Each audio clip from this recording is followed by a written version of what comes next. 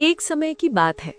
गांव में एक बहुत ही रईस आदमी रहा करता था, जिसका नाम धनराज सेठ था, जिसकी गांव में बहुत बड़ी सोने की दुकान थी।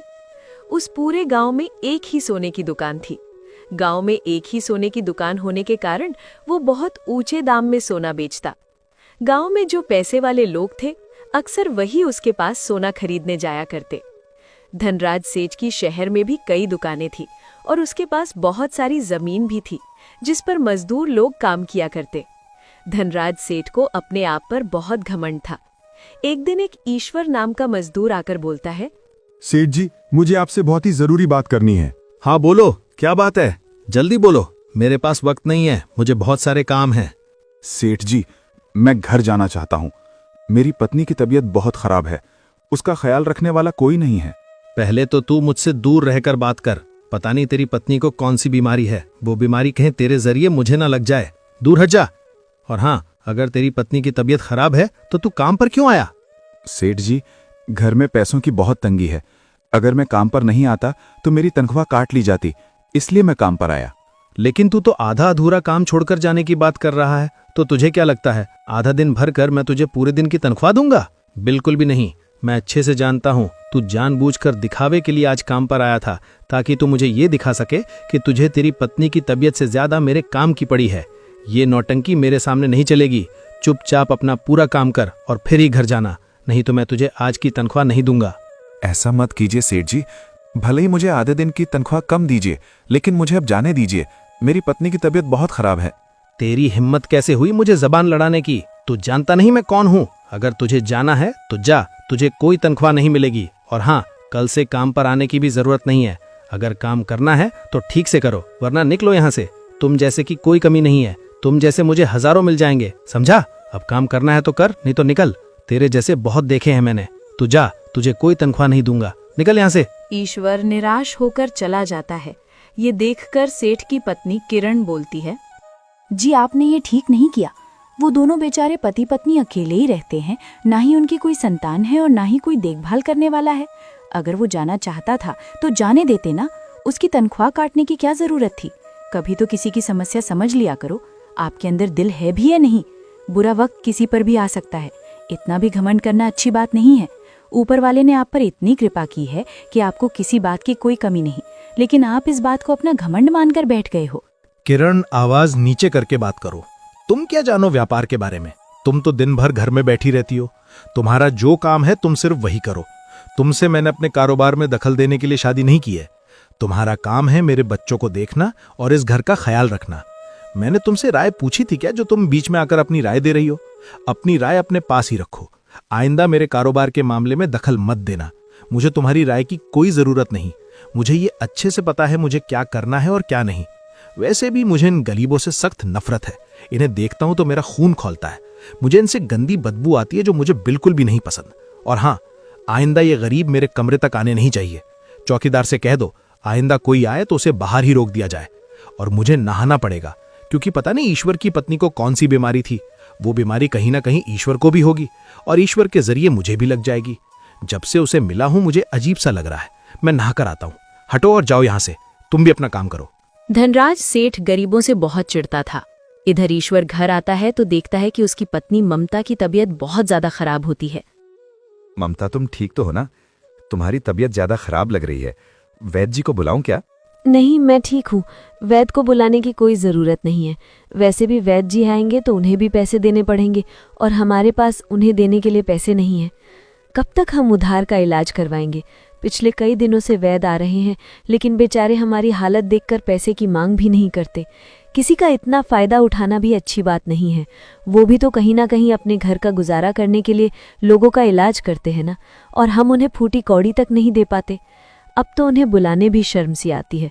कोई ज़रूरत नहीं है उन्हें बुलाने की। मैं ठीक हूँ। ऊपर वाले को जब अपने पास बुलाना होगा वो बुला लेगा। ईश्वर की मर्जी के आगे हम कुछ नहीं कर सकते।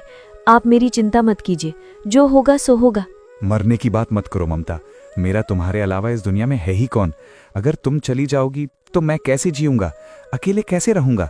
मैं जानता हूं तुम्हें कुछ नहीं होगा। ईश्वर जरूर तुम्हारी तबीयत ठीक कर देंगे। तुम ऐसी बातें मत करो। बोलते बोलते ईश्वर की आंखों में आंसू आ जाते हैं। वो घर से बाहर मंदिर में जाता है और ईश्वर से प्रार्थना करता है। हे भगवान, हमारी इतनी कठोर परीक्षा क्यों ले रहा है? क्या गलती हो गई? क्या तेरी भक्ति में मुझसे कोई कमी रह गई? किस बात से नाराज हो गए हो भगवान? मुझसे अनजाने में कोई अपराध बन पड़ा हो तो मुझे क्षमा कर दे, लेकिन ममता को इस बात की सजा मत दे। उसकी हालत देख मुझे बहुत रोना आ रहा है। कहीं ना कहीं उसकी हालत का मैं जिम्मेदार हूँ। आज मेरी हालत ऐसी है कि मैं उसके इलाज के लिए वैद्य जी को तक नहीं बुला पाता। अगर मेरे पास पैसे होते, मैं अच्छे खासे पैसे कमा सकता, तो मैं ममता का इलाज शहर में बड़े अस्पतालों में कराता। मेरी ममता बिल्कुल ठीक हो जाती। लेकिन लानत है मुझ पर, मैं ये भी नहीं कर सकता। प्रभु, मैंने खुद का व्यापार करने की कई बार कोशिश की, लेकिन कुछ हाथ नहीं लग पाया। बदले में नुकसान ही होता गया और फिर मजबूरन मुझे सेठ जी के यहाँ काम करना पड़ा, और वो भी इतनी कम तनख्वाह देते हैं जिसमें जैसे तैसे घर चलता है। इसमें मैं बीमारी के इलाज के लिए पैसे कहाँ से लाऊं? कुछ तो कीजिए प्रभु, कुछ तो रास्ता दिखाइए। ईश्वर के सामने बोलते बोलते ईश्वर रो पड़ता है। कुछ दिन ऐसे ही बीत जाते हैं। ईश्वर अब धनराज सेठ का काम छोड़ चुका होता है, तो वो मूर्ति बनाकर बेचता है, लेकिन उससे भी उसे बहुत कम कमाई होती है। जैसे तैसे वो 2 वक्त की रोटी का इंतजाम करता है। एक दिन धनराज सेठ के यहाँ एक महात्मा आते हैं, जिनकी हालत बहुत खराब होती है। धूल मिट्टी से उनके कपड़े मैले हो जाते हैं और जगह जगह फटे होते हैं। बेटा, मुझे बहुत प्यास लगी है और भूख भी लगी है। कुछ खाने का दे दो, तुम्हारा बहुत बड़ा एहसान होगा। ए भिखारी, तेरी अंदर आने की हिम्मत कैसे हुई? तुझे बाहर किसी ने रोका नहीं? लखन, लखन, इस भिखारी को अंदर आने की इजाजत किसने दी? ये यहाँ आया तो आया कैसे? इसे अभी धक्के देकर बाहर निकालो। ये अपने साथ साथ मुझे भी गंदा कर देगा। बेटा, बाहर कोई नहीं था, इसीलिए मैं अंदर आ गया। आप ऐसा क्यों कहते हो सेठ जी? मैं तो सिर्फ 1 वक्त की रोटी मांगी है और पानी मांगा है। बस इतना दे दो, मैं चला जाऊंगा। 3 दिन से मेरे पेट में अन्न का दाना तक नहीं है। दया कीजिए सेठ जी, कृपया मुझे कुछ खाने को दे दीजिए। दूर हो जा मेरी नजरों के सामने से। तुझ पर गंदी मिट्टी लगी है और तू कितना मैला है, कितना गंदा है। बहुत बदबू आ रही है। ऐसा लग रहा है कि मैं अभी उल्टियां कर दूंगा और तेरी ये मिट्टी मेरे कपड़ों को लग जाएगी। दूर रहकर बात कर। मालिक, बहुत तेज भूख लगी है।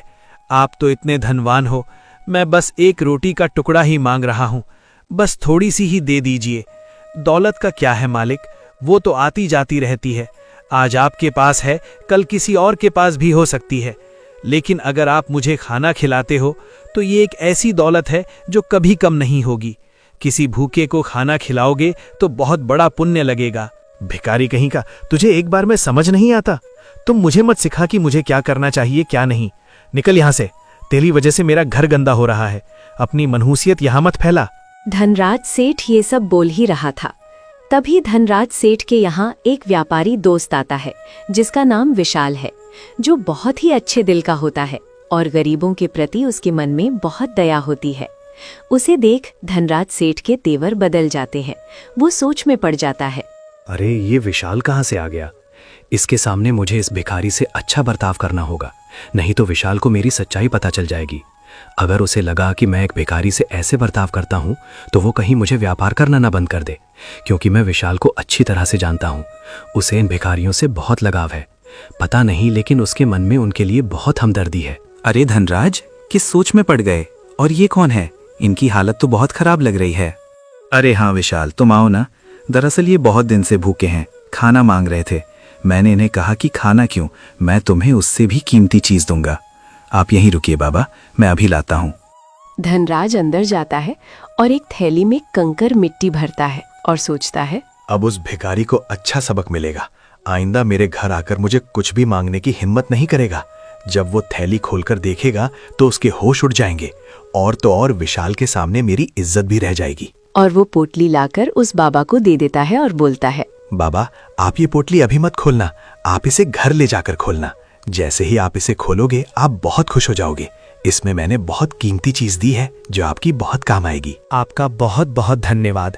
मैं आपका एहसान कभी नहीं भूलूंगा। मैं ऊपर वाले से प्रार्थना करता हूँ कि आपने इसमें जो कुछ भी दिया है, भगवान आपको उसी की बरकत दे जो आज आपने मेरे लिए किया है। देख लेना, ईश्वर आपके लिए कई गुना करेगा। धन्यवाद सेठ जी, मैं चलता हूँ। ऐसा कहकर वो बाबा वहां से चला जाता है। उसके जाने के बाद विशाल धनराज से कहता है, अरे वाह धनराज, मैं नहीं जानता था तुम इतने अच्छे मन के हो। तुमने तो आज मेरा दिल जीत लिया। मुझे ऐसे नेक दिल लोग बहुत पसंद हैं, जो हमेशा दूसरों का ख्याल रखते हैं, दूसरों के दुख में दुखी होते हैं, उनकी सहायता करते हैं। तुम तो बिल्कुल मेरी तरह हो। मुझे तुम्हारी ये आदत बहुत पसंद आई। मैंने सोचा था तुम उसे खाना दोगे, लेकिन तुमने तो उससे भी बढ़कर उसे कीमती चीज़ दे दी। ये तुमने बहुत अच्छा किया। बेचारी की हालत बहुत ख़राब थी। हाँ विशाल, वो तो मैं आए दिन किसी ना किसी की मदद करता रहता हूँ। वो क्या है ना, मुझे गरीब लोगों पर बहुत दया आती है। जब मैं किसी गरीब को देखता हूँ मुझे बहुत दुख होता है, तो मेरी ओर से मैं जितना कर सकता हूँ मैं उनके लिए उतना कर देता हूँ। वाह जियो मेरे दोस्त, सचमुच मैं तुम्हें आज जान पाया हूँ। मुझे तो तुम्हारे बारे में ये सब पता ही नहीं था। मुझे लगा तुम एक घमंडी किस्म के इंसान हो जो कभी किसी की मदद नहीं करते, लेकिन तुम तो बड़े छुपे रुस्तम निकले। छुप छुप कर लोगों की मदद करते हो। आज मैं इस वक्त ना आया होता तो मुझे तो पता ही नहीं चलता। सचमुच आज तुम्हारा गरीबों के प्रति ये भाव देखकर मुझे बहुत अच्छा लगा। इधर ईश्वर मूर्तियां बनाकर बेच रहा होता है। तभी वहां पर वही बाबा आते हैं। सुनो बेटे, क्या मुझे थोड़ा पानी मिलेगा? बहुत देर से प्यासा हूँ। हाँ हाँ, क्यों नहीं बाबा, आप आओ बैठिए। आपकी हालत तो बहुत खराब लग रही है। लगता है आपने बहुत दिन से कुछ नहीं खाया। एक काम कीजिए, आप अंदर थोड़ी देर आराम कीजिए। मेरे घर में जो कुछ भी खाने को है मैं आपके लिए लाता हूँ। बेटा, अरे नहीं नहीं, बस मुझे पानी ही पिला दो, और कुछ नहीं चाहिए। नहीं बाबा, आपकी हालत बहुत खराब है। आप कुछ खा लीजिए, उसके बाद चले जाना। मेरे पास बहुत कुछ तो नहीं है, बस थोड़ी बहुत सूखी रोटियां बची होंगी, आप वही खा लीजिए। आपको थोड़ी राहत मिलेगी, मना मत कीजिए। ठीक है बेटा, तुम्हारा बहुत बहुत धन्यवाद बेटा। ईश्वर उस बाबा को बहुत ही आदर से घर में बैठाता है और रसोई में जाता है तो देखता है कि रसोई में आटा खत्म हो गया है और सिर्फ 2 रोटियां ही बची थी। मैंने तो ध्यान ही नहीं दिया, आटा तो खत्म हो गया है और मैंने मेरे और मेरी पत्नी के लिए 2 रोटियां बनाई थी। अगर मैं ये रोटी बाबा को दे दूंगा तो मुझे और मेरी पत्नी को भूखा सोना पड़ेगा। एक काम करता हूँ, इनमें से 1 रोटी बाबा को दे देता हूँ। मैं ममता से कह दूंगा कि मेरा आज खाने का मन नहीं है और ममता को 1 रोटी दे दूंगा। वैसे भी बेचारी बीमार है, मैं उसे भूखा नहीं रख सकता और मैं इन बाबा को भी भूखा नहीं भेज सकता। उनकी हालत बहुत खराब है। मुझे तो आदत है भूखा रहने की। मैं 1 दिन और भूखा रह लूंगा। यही सोचकर ईश्वर उन बाबा को 1 रोटी परोस देता है और बोलता है, माफ करना बाबा, लेकिन 2 ही रोटी बची थी। उसमें से 1 रोटी आपको दे रहा हूँ। मेरी पत्नी बीमार है, इसलिए 1 रोटी उसके लिए रख दी, नहीं तो मैं वो भी आपको ही दे देता। क्षमा करना बाबा, शायद इस 1 रोटी में आपका पेट ना भरे। अरे नहीं नहीं बेटा, तुमने अपने हिस्से की रोटी दी है, यही मेरे लिए बहुत है। इसे तुम ही खा लो बेटा, मैं तुम्हें भूखा रखकर इस रोटी को नहीं खा सकता। अरे नहीं नहीं बाबा, आप खा लीजिए। मुझे तो आदत है, मैं अक्सर भूखा सो जाया करता हूँ। आप मेरी चिंता मत कीजिए। आपकी हालत बहुत खराब है, मुझसे ज़्यादा आपको ज़रूरत है। आप खा लीजिए। और आप तो मेरे अतिथि की तरह हैं। मेरे घर से कोई अतिथि भूखा जाएगा तो इससे बुरी बात मेरे लिए और कुछ नहीं होगी। कृपया आप खा लीजिए बाबा। बाबा ईश्वर की बात मानकर वो रोटी खा लेते हैं। उसके बाद बाबा ईश्वर से कहते हैं, बेटा, मैंने आज तक तुम्हारे जैसा इंसान नहीं देखा। सचमुच तुम्हारा दिल बहुत बड़ा है। तुम बहुत साफ दिल के हो। तुमने आज अपने हिस्से की रोटी मुझे दी है। मेरे पास तुम्हें देने के लिए एक चीज़ है। ये लो, तुम ये पोटली रखो बेटा। इस पोटली में कुछ कीमती चीज़ है जो मुझे एक बहुत बड़े आदमी ने दी थी। मैं इससे पहले उसके घर खाना मांगने गया था, तब उस बड़े आदमी ने मुझे ये पोटली दी थी और कहा इसमें बहुत कीमती चीज़ है। मुझे लगता है इस कीमती चीज़ की ज़रूरत मुझसे ज़्यादा तुम्हें है। इस पर तुम्हारा हक है, क्योंकि तुमने अपनी फिक्र ना कर मुझे अपने हिस्से की रोटी दी है, तो इसे तुम ही रख लो। अरे नहीं नहीं बाबा, ये आपकी अमानत है, ये आपकी चीज़ है, इसे आप ही रख लीजिए। मुझे क्यों दे रहे हैं? मैं जैसे तैसे अपना गुजारा कर लूँगा। इसे आप ले जाइए बाबा, ये आपको मिला है। नहीं बेटा, इसकी ज़रूरत तुम्हें ज़्यादा है। मैं तो अकेला हूँ, मेरा क्या है। मैं जैसे तैसे यहाँ वहाँ भटक कर अपना गुजारा कर ही लेता हूँ। मेरा कोई ठिकाना नहीं है बेटा। लेकिन तुम्हारी पत्नी बीमार है, उसका इलाज करना है, तुम्हें इसकी ज़्यादा ज़रूरत है। इसे तुम रख लो, ये मैं दिल से दे रहा हूँ। और इसके साथ साथ मैं तुम्हें एक आशीर्वाद देता हूँ। तुमने जितना मुझे दिया है, ईश्वर तुम्हें उसके कई गुना अन्न देगा। तुमने आज मेरा पेट भरा है, एक दिन तुम्हारे पास इतना धन होगा, इतना अनाज होगा कि तुम ऐसे कई लोगों के पेट भर सकोगे। तुम्हारे पास धन की कोई कमी नहीं होगी। भगवान करे इस पोटली में वही चीज़ निकली जिसकी तुम्हें ज़रूरत है और तुम्हारी दिन दुगनी चार चौगुनी तरक्की हो। आपका बहुत बहुत धन्यवाद बाबा। मैं चलता हूँ बेटा, खुश रहो। ऐसा कहकर वो बाबा वहां से चले जाते हैं। बाबा के जाने के बाद ईश्वर वो पोटली खोलकर देखता है तो उसे पोटली में बहुत सारे सोने के सिक्के होते हैं। ये देख ईश्वर की आंखें फटी की फटी रह जाती है। वो बहुत खुश हो जाता है। वो फौरन घर के बाहर दौड़ पड़ता है और उन बाबा को ढूंढता है तो देखता है वो बाबा कहीं नजर नहीं आते। वो वहां से जा चुके होते हैं। इसमें तो बहुत सारे सोने के सिक्के हैं।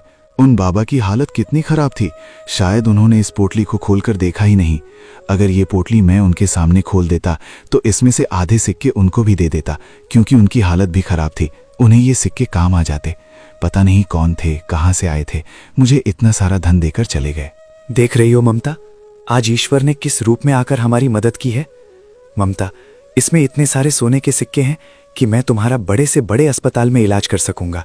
तुम पहले जैसी हो जाओगी, तुम पूरी तरह से ठीक हो जाओगी ममता। और तो और हमारे खाने पीने की समस्या भी खत्म हो जाएगी। ममता, आज ईश्वर ने मुझे इतने सारे सोने के सिक्के दिए हैं, मैं इन सिक्कों को जाया नहीं जाने दूंगा।